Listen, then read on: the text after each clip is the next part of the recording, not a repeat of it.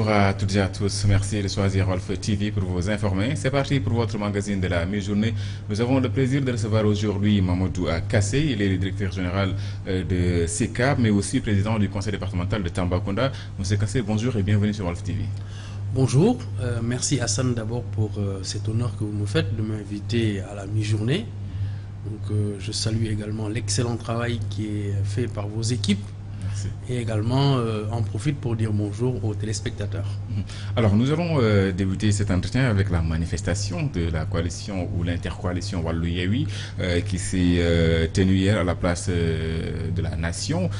Déjà, une première lecture de ce rassemblement-là avant de venir au discours et tout ça. Bon, d'abord, il faut aborder les questions de forme. Donc naturellement, à mon sens, la première satisfaction, d'abord, c'est une vitalité pour la démocratie. Parce qu'effectivement, il y a eu beaucoup de levées de boucliers, de volets de bois vert, dernièrement, d'envolées lyriques. Mais effectivement, in fine, on se retrouve avec une manifestation qui était encadrée, donc républicaine, avec un rassemblement de franges importantes de l'opposition. Et puis bon voilà, ça c'est les questions de forme. Donc il faut saluer effectivement la vitalité de notre démocratie et également le professionnalisme de nos forces de défense et de sécurité. Donc naturellement, nous sommes un État et nous l'avons affirmé encore hier. Restant un peu sur la forme, est-ce qu'ils n'ont pas montré que c'est la preuve qu'il est plus facile d'encadrer une manifestation que de l'intérieur, alors qu'on note beaucoup d'interdictions de manifestations? Oui, mais en fait, il faut analyser les deux cas de manière séparée. C'est-à-dire, on n'interdit pas une manifestation parce que c'est le bon vouloir des autorités que de le faire. Naturellement, quand il y a des risques de débordement, quand effectivement il y a d'autres éléments qui se présentent à l'autorité, qu'il apprécie, et sur la base desquels il se dit qu'il faut que j'interdise cette manifestation ou encore que je la diffère, ça peut se justifier dans une démocratie. De la même manière qu'on autorise une manifestation, de la même manière, on peut l'interdire pour d'autres raisons, ou la différer en tout cas. Mais hier, ce n'était pas le cas. Les conditions étaient réunies pour que effectivement cette manifestation soit encadrée. Elle l'a été, et je pense que c'était en tout cas un bon point dans la marche de notre démocratie et également de notre état de droit. Le souci, c'est qu'à chaque fois qu'il y a un recours après l'interdiction d'une manifestation au niveau de la Cour suprême casse disons, la décision préfectorale. Depuis 2011, on a eu 39 recours au niveau de la Cour suprême, les 34 ont été cassés. Donc ça veut dire que parfois l'administration en fait trop. Oui, bon, de toute façon, rien n'est parfait dans une œuvre humaine. Donc, naturellement, s'il y a aussi des voies de recours, c'est parce que, effectivement, toute œuvre humaine, quand bien même c'est une décision venant d'autorités dont on a la meilleure des présomptions, effectivement, il y a aussi des voies pour dire non, nous ne sommes pas d'accord, et c'est la voix des citoyens, et également, ça, c'est la vitalité de nos institutions. Bon, maintenant, pour les manifs, naturellement, je crois que souvent, ce qui est soulevé, c'est la question de l'ordre public et également des débordements qui peuvent avoir des conséquences fâcheuses pour les biens, mais aussi pour la sécurité des personnes donc qui ont aussi droit d'aller et de venir de manière libre et sécurisée. Alors l'intercoalition Wallu-Sénégal, Yewwi Askan Wi a fait foule lors de cette manifestation. On a vu un monde immense. N'êtes-vous pas ébranlé?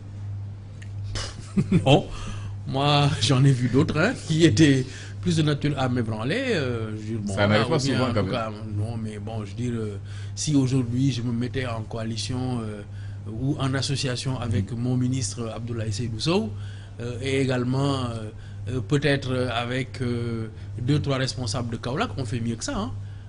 Bah oui, si on sort Tamba, Kaffrine et Kaolack, on déborde au niveau de l'obélisque. Bon, mais naturellement, mais ça c'est... La différence c'est que le pouvoir, oui, mais chacun, que ceux qui sont au niveau de l'opposition. Non, moi je suis pas d'accord. Ce qui s'est fait hier, c'est fait avec des moyens. Parce que vous avez vu en fait à la mi-journée qu'il y a eu un communiqué de Yewwi qui disait que leur car Ndiaga Ndiaye qui venait de tous les départements du Sénégal avait été arrêté de manière illégale, disait-il, par la gendarmerie qui était orchestrée, bon, selon leur dire. Moi, j'y crois pas du tout parce que de toute façon, ce n'était pas un jour exceptionnel hier. Donc, le cours des choses marche normalement. Des gendarmes qui sont en faction dans la rue sont censés pouvoir contrôler tous ceux qui sont de passage et qui peuvent paraître suspects en tant que tels. Mais ce n'est qu'un contrôle de routine, naturellement. Je ne pense pas qu'on ait pu donner des ordres ou encore des directions à prendre à ce niveau-là. Moi, j'y crois pas à ces choses-là.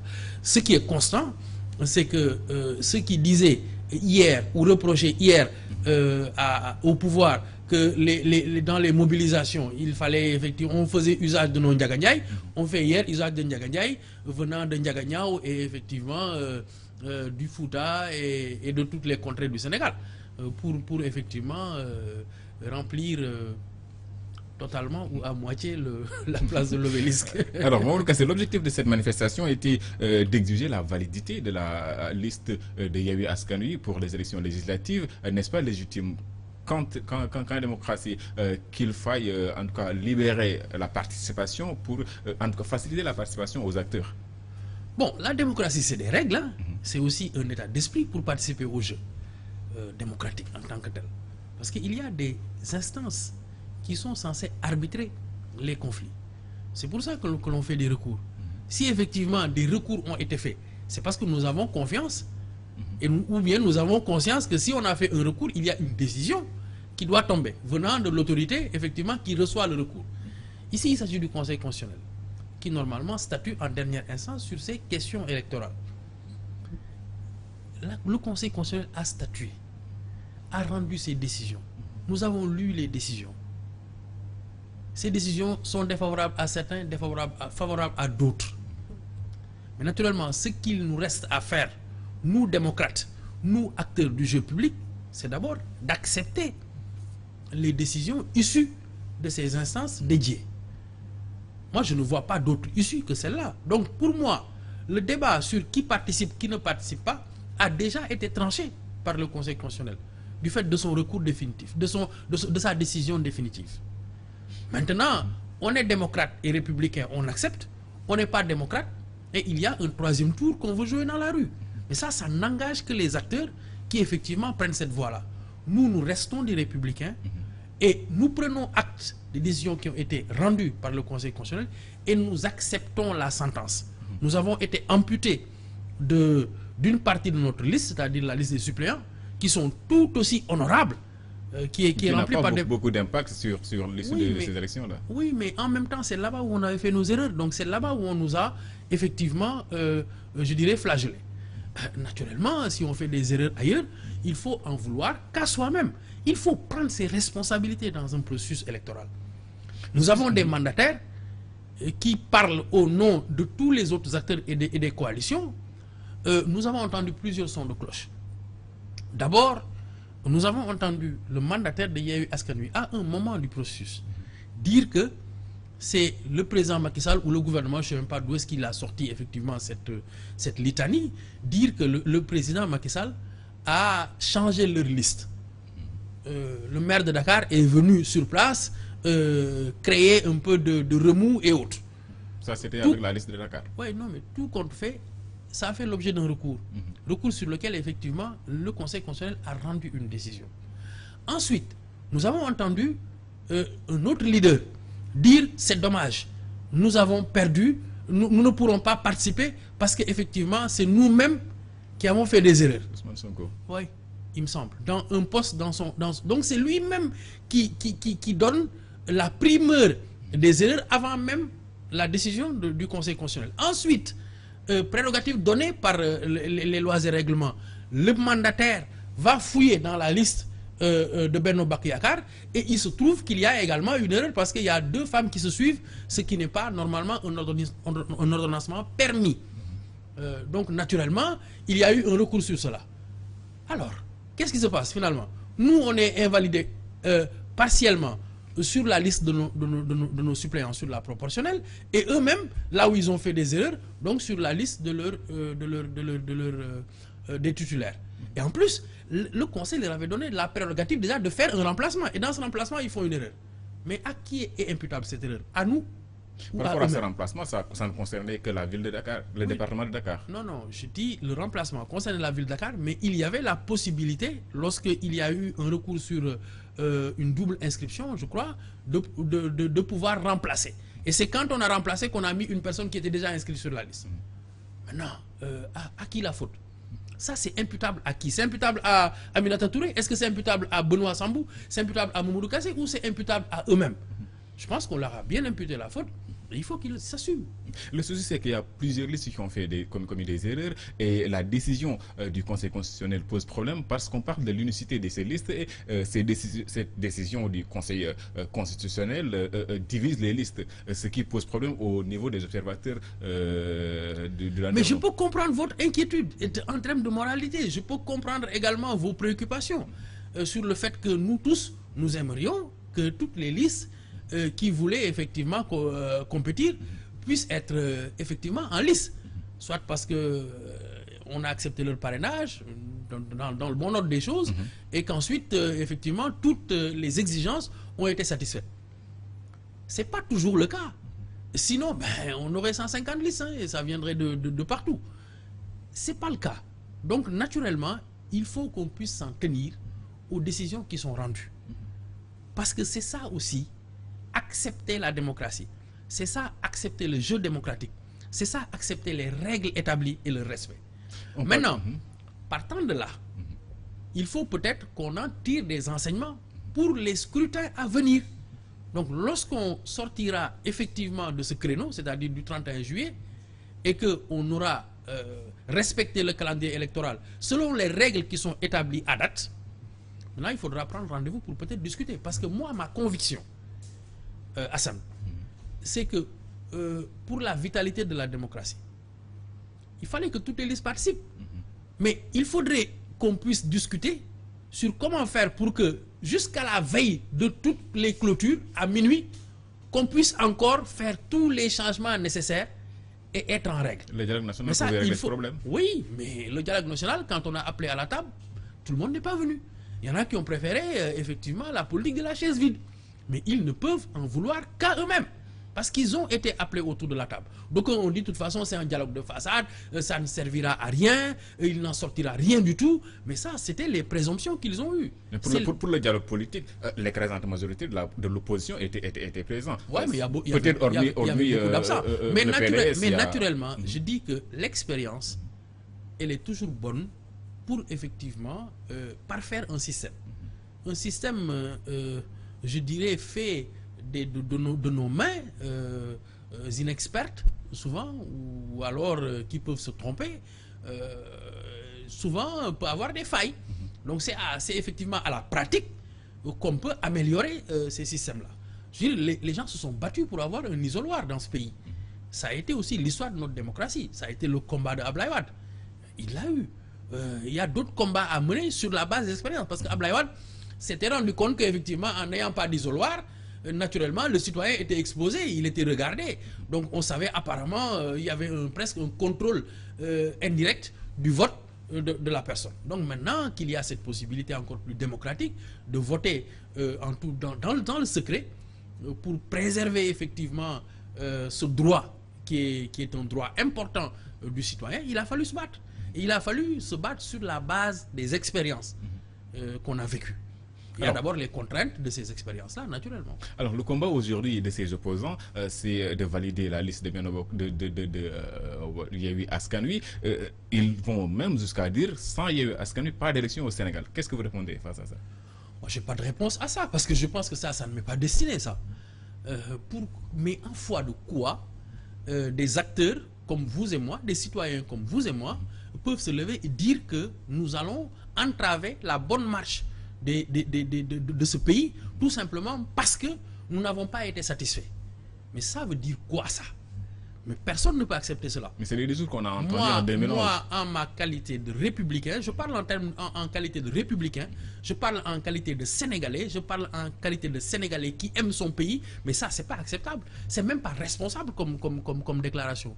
Pour des personnes qui sont censées demain vouloir nous diriger et porter comme ça en pâture nos institutions, mais c'est honteux. Le souci, c'est que ce n'est pas nouveau. Mais c'est pas nouveau, certes. Mais c'est pas acceptable. C'est pas, on pourra le répéter 150 fois que ça restera 150 fois inacceptable. Pour quelqu'un comme moi, en tout cas. Moi, ça, je ne peux pas accepter ce type de propos. il faut savoir prendre ses responsabilités, il faut savoir apprendre de ses erreurs. Il faut savoir dire aux Sénégalais, je me suis trompé. Ou bien j'ai voulu faire, mais je n'y suis pas arrivé. Ou bien c'est de ma faute, ou il faut qu'on progresse. Mais personne ne jouera parce que, effectivement, moi, je ne suis pas candidat, ou je ne suis pas candidat totalement. Ça, c'est pas acceptable. Et personne ici de responsable, personne de patriote, personne qui respecte ce pays n'acceptera la fin de l'état de droit pour les intérêts de 3 ou 4 personnes. Personne ne l'acceptera. Parce que là, vous êtes en train de nous dire que ce qu'ils veulent faire, c'est entraver l'état de droit. Oui, mais ça en a tout l'air. Hein? Parce que moi, je ne vois pas comment. Il faut que peut-être ils viennent nous l'expliquer, qu'on en ait en fait effectivement une vision plus claire, parce que ce n'est qu'une déclaration.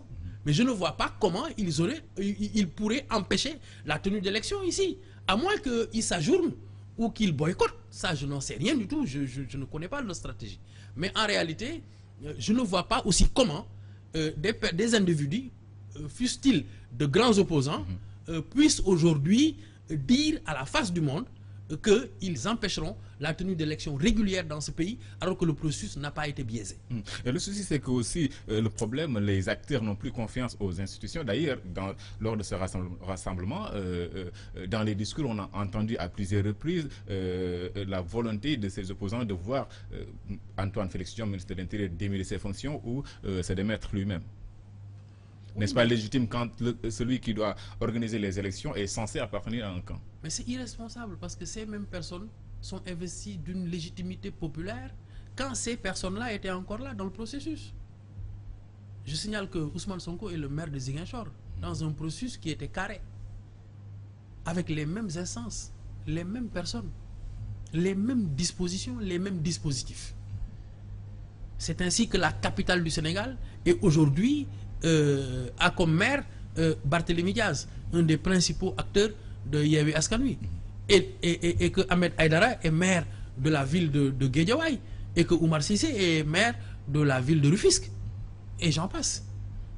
Et donc quand ça fonctionne dans le sens, c'est-à-dire quand ça peut consacrer leur élection, ils sont d'accord, et effectivement quand c'est le contraire, c'est effectivement qu'on doit crier au complot ou à la manipulation du pouvoir du président Macky Sall. Mais ça veut dire quoi, ça?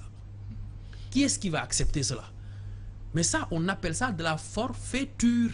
On est à la veille de la pré-campagne et des acteurs parlent de report de ces législatives. Avec tout ce qui se passe avec la tension qui est palpable, est-ce qu'on ne va pas vers le report de ces législatives? Moi, je n'y crois pas du tout. En tout cas, je ne sais pas, à moins d'un miracle, ou je ne sais pas. Je ne sais pas qu'est-ce qui pourrait nous amener aujourd'hui à reporter des élections avec un processus qui est déjà enclenché. La tension est électrique quand même. Oui, mais bon, attends, la tension ne suffit pas. Ici, il y a toujours une tension préélectorale parce que il y a ce moment d'engouement en période de pré-campagne où tout le monde bande les muscles pour dire que c'est moi, c'est moi, c'est moi. D'ailleurs, souvent, ça se dégonfle lorsque le citoyen se prononce et qu'on a les résultats et qu'on ne peut rien faire. On n'a que ses yeux pour pleurer lorsqu'on a effectivement ameuté la terre entière pour dire que ici, il n'y a que moi et il n'y aura que moi. Honnêtement, je ne vois pas exactement quelque chose ou un événement, à moins d'un cas de force majeure que nous ne souhaitons pas, parce qu'il ne peut être que négatif, pour ne pas tenir ces élections. Mais en termes de processus, toutes les étapes ont été dépassées et dans les règles de l'art. Il y a eu la prise de la date pour le calendrier électoral, donc rendez-vous avait été pris par arrêté. Ensuite, il y a eu les différentes révisions des listes électorales, comme le prévoit la loi et les règlements. Ensuite, il y a eu la période où effectivement il y a la période de pédagogie, comme je dis, où toutes les coalitions ont été invitées à entendre les règles du jeu au niveau de la DGE. Il y a eu la désignation des mandataires, il y a eu les investitures dans les différentes coalitions, il y a eu les dépôts, mais il faut noter qu'il y a des coalitions qui ont fait zéro faute. Art Sénégal n'a pas été épinglé par un recours, va avoir toutes ses listes et à gérer son parrainage comme il le fallait. Donc, mais qu'est-ce qu'il faudra dire à Aar Sénégal si effectivement les gens, sous le prétexte de la paix, veulent effectivement enfreindre ou changer les règles du jeu? Moi, je trouve ça antidémocratique et je trouve ça anti-état de droit. Alors, parlons à présent, Mamadou Kassé. Je rappelle que vous êtes le directeur de SICAP, mais aussi président du conseil départemental de Tambacounda, de cette nouvelle stratégie de votre coalition Benno Bokk Yakaar, qu'on peut appeler du suivisme, excusez-moi du terme, parce que Yewwi Askan Wi agit, vous réagissez par rapport aux conférences de presse, par rapport à l'appel à la manifestation. Pourquoi cette stratégie-là? Moi, je ne pense pas qu'il y ait une stratégie de suivisme. Mais par contre, au-delà du fait que nous avons, notre calendrier, par exemple, la dernière fois, je pense que là, il y a eu les leaders sont venus porter un message de la conférence des leaders dirigée par le président Macky Sall, où on a travaillé sur les 184 commissionnaires qui avaient sillonné les 46 départements pour porter également le message du chef de l'État avant investiture. Il y a eu la présentation de l'ossature de notre directoire de campagne. Donc, où est le suivisme dans ça? Mais seulement, il y a des périodes maintenant de clarification à l'attention des citoyens, mais tenant juste aujourd'hui à l'état d'esprit de l'opposition que nous avons.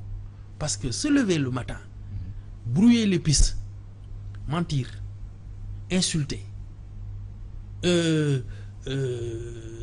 lancer sa salve d'insanité sans civilité, moi je crois que ça mérite tout de même de notre coalition, qui est aujourd'hui une coalition au pouvoir, qu'elle donne des clarifications à chaque fois que de besoin, pour que les citoyens ne soient pas déroutés et que nos militants restent mobilisés. Mais ça, ce n'est pas du suivisme. Le souci, c'est que les insanités dont vous faites état sont dans les deux cas. Hier, on a entendu quelqu'un comme Ahmed Suzanne Camara aller jusqu'à menacer de mort Ousmane Sonko. Honnêtement, je ne l'ai pas entendu. Mais s'il l'a fait, je le condamne avec la plus grande fermeté. Moi, je ne suis pas dans la violence.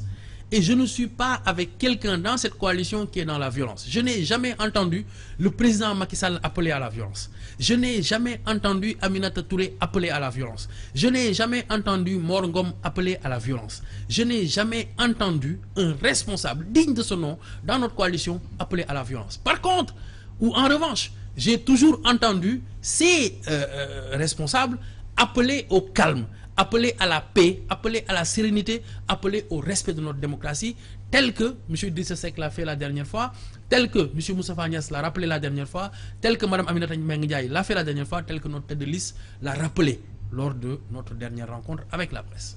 Mamadou Kassé, vous êtes président du conseil départemental de Tambacounda depuis un peu plus de 100 jours. Que peut-on retenir peut-on avoir un premier bilan de ces 100 jours-là?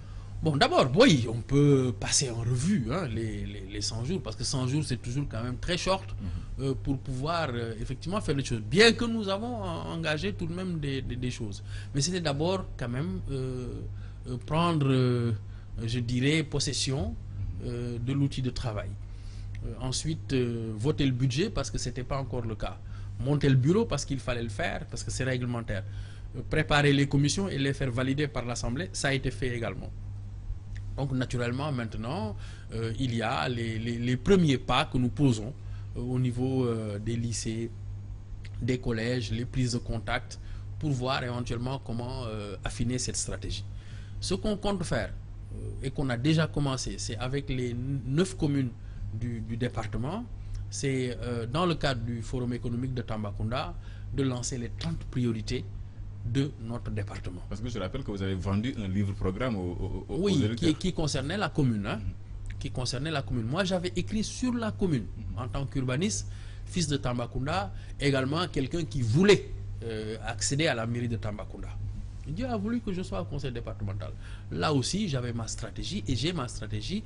Et avec l'ensemble des maires, où l'essentiel sont déjà des conseillers départementaux, nous essayons d'avoir une cohérence d'ensemble pour voir de quelle manière nous pouvons capter le plus de projets à gérer dans le cadre des programmes sectoriels qui sont très utiles à nos communes, le programme d'urgence de développement communautaire, sur les pistes, l'électrification et également le matériel d'allègement aux femmes, mais aussi l'accès à l'eau, le PUMA, également dans les postes de santé, parce que nous sommes quand même un département à forte vocation frontalière. Donc nous avons indirectement ou directement, nous faisons directement ou indirectement frontière avec 5 pays. La Mauritanie, le Mali, les 2 Guinées et la Gambie. Donc naturellement, le PUMA est un instrument important, donc qu'on va prendre en compte dans cette logique de priorité. Il y a aussi Promoville pour toutes nos villes qui sont urbaines, donc surtout Tamba commune, qui est la capitale régionale et le chef-lieu de département, mais également le PACASEN rural qui a été lancé et sur lequel on travaille avec le PNDL pour voir. Donc voilà en termes de coordination, dans ce sillage, comment nous allons travailler à faire générer 27 priorités à partir des communes. 3 priorités par commune. Donc ça fait 27 priorités et 3 priorités qui sont gérées directement par le département. C'est d'abord l'accélération du projet d'Université du Sénégal oriental à Tambacounda.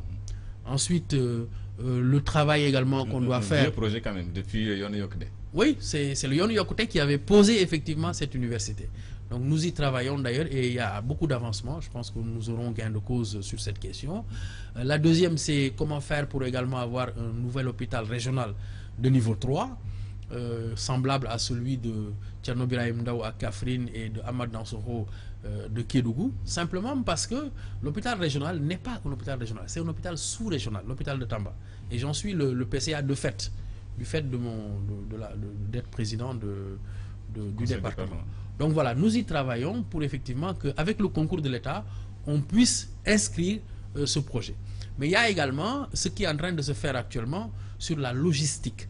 Parce que Tamba est également un hub et également un point important dans le corridor Dakar-Bamako. Et c'est ce qui posait problème parce que Tambacounda était entre guillemets un no man's land, une région abandonnée à elle-même depuis... mais elle ne l'est plus. Hein.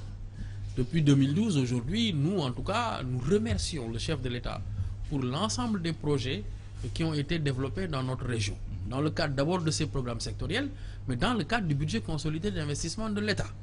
Et dans le cadre des engagements qui ont été pris lors du Conseil des ministres décentralisé. Je peux citer rapidement, par exemple, la route Tamba-Goudiri-Kidira, qui était un vieux problème, la route Tamba-Missira-Dialakoto, la route Missira-Dialakoto-Mako, et plein d'autres infrastructures qui ont été effectivement déroulées dans ce cadre-là. Je peux, dans le cadre du PIDC, parler du forage multivillage de Sarebamol, de l'électrification de Dialokoro, de la route Bamba-Tchalen, Ndawen, Ndiawen, et plein d'autres projets qui ont été développés dans ce cadre-là. Alors, Mamadou Kassé, c'est bien beau tout ce que vous dites, tout ce que vous projetez de faire. C'est de la réalité, hein. C'est bien beau, mais c'est bien beau parce que vous l'entendez. Moi, c'est bien réel parce que nous, on le sent, et c'est pour les populations. Alors, au-delà de ça, il y a les projets dont vous faites état, mais vous êtes à Dakar 5 jours sur 7. Comment vous faites pour gérer le département?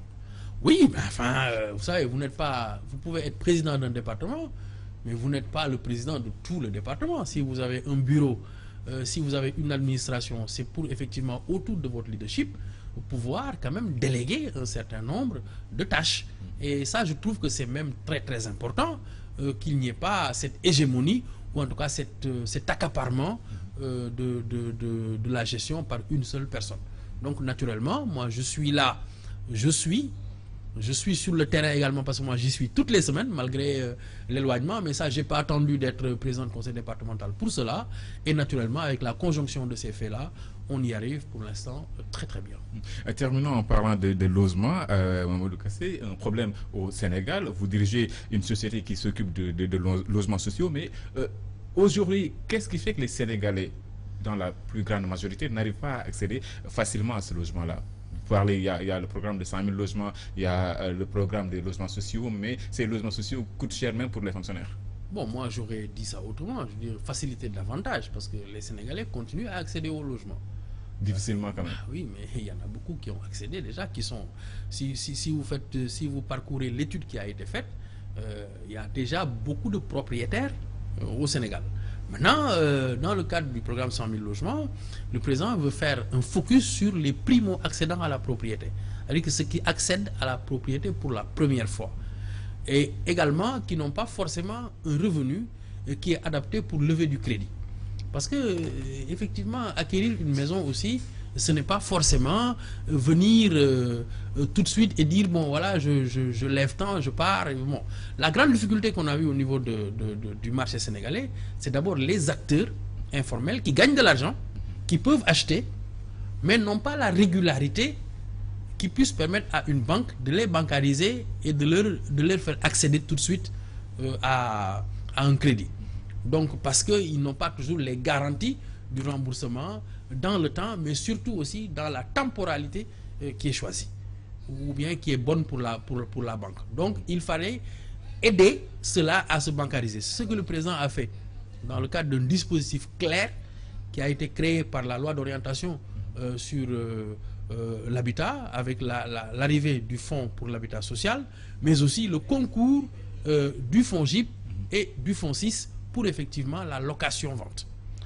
Naturellement, il y a des choses, des outils ou des instruments qui facilitaient l'accès, qui ont été biaisés, bon, bizarrement entre 1990 et quasiment 2010, et qui aujourd'hui reviennent dans le circuit et permettent d'avoir de l'espoir que davantage de Sénégalais pourront accéder à la propriété dans de bonnes conditions. Mamadou Kassé, merci à vous. Merci bien, Hassan. Directeur général de SECAP, mais aussi président du conseil départemental de Tambacounda. Mamadou Kassé est notre invité dans ce magazine de la mi-journée. Merci à vous, amis téléspectateurs, pour la fidélité à Wolf TV. Nous revenons juste après le journal pour la version Wolof de ce magazine.